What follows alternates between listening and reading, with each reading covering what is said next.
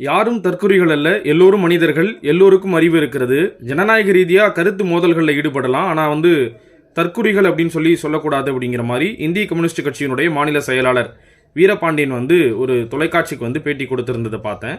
அந்த பேட்டியினுடைய அந்த கமெண்ட் செக்ஷனில் போய் பார்க்கும்பொழுது ஒரு நண்பர் ஒருத்தர் போட்டிருந்தாரு, யார் நீ இவ்வளோ அழகாக தமிழ் பேசுகிற, இவ்வளோ அழகான கருத்தை சொல்கிற அப்படின்னு சொல்லி போட்டிருந்தாரு. போடும்போது உண்மையாகவே இவருக்கு தெரியல போல் அந்த கமெண்ட்டை பதிவு செஞ்சுருக்காரு. தெரியும் போது அதுக்கு கமெண்ட் பண்ணியிருக்காங்க, இவரை கூட தெரியல பார்த்தியா, நீ தான் தற்குறி அப்படின்னு சொல்லி போட்டு அப்படியே மாறி மாறி மாறி சண்டை போட்டுட்டு இருந்ததை பார்க்க முடிஞ்சது.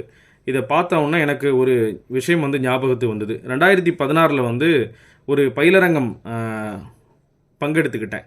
செய்தி வாசிப்பாளர் ஆகணும் அப்படின்னு சொல்லிட்டு ஒரு பயிலரங்கத்தில் பங்கெடுத்துக்கிட்டேன். ஒரு நாள் பயிலரங்கம், வேலை இல்லாமல் இருந்த நாட்கள் அது.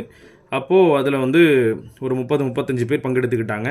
அப்போது ஒரு ஃபார்ம் கொடுத்து அதை ஃபில் பண்ண சொன்னாங்க. அதில் நிறைய கேள்விகள் கேட்கப்பட்டிருந்தது. உனக்கு பிடித்த செய்தி வாசிப்பாளர் யார் அப்படின்னு சொல்லி கேட்கப்பட்டிருந்தது. எங்கள் வீட்டில் அப்போ வரையும் தொலைக்காட்சி கிடையாது, செய்தி பார்த்தது கிடையாது, பொது அறிவு பெருசாக அந்த வயசில் அப்போ பெருசாக இல்லை. அதனால் எதுவுமே தெரியாததுனால என்ன பண்ணிட்டேன், ஏதோ ஒரு குழப்பத்தில் நிர்மலா சீதாராமன் அப்படின்னு சொல்லி எழுதி கொடுத்துட்டேன். அதை பார்த்தவங்க அதை கம்முன்னு விட்டுருந்துருக்கலாம். ஆனால் என்ன பண்ணாங்க, கூப்பிட்டு எல்லோரும் முன்னாடி நிற்க வச்சு அந்த இடத்துல இங்கே பாருங்கள், இந்த பையன் பிடித்த செய்தி வாசிப்பாளர் நிர்மலா சீதாராமன் எழுதி கொடுத்துருக்கான் அப்படின்னு சொல்லி அந்த இடத்துல சொன்னாங்க. அது அந்த இடத்துல கேலி பொருளாக மாறிச்சு. எல்லாரும் சிரித்தாங்க. இப்போது யோசிக்கும்போது 10 ஆண்டுகளுக்கு பின்னாடி இப்போ யோசிக்கும் பொழுது அந்த 35 பேரில் நான் ஒரு ஆள் மட்டும்தான் செய்தி வாசிப்பாளராக இருக்கேன். மீதி யாரும் செய்தி வாசிப்புக்குள்ளே வரலை. அதுதான் உண்மை.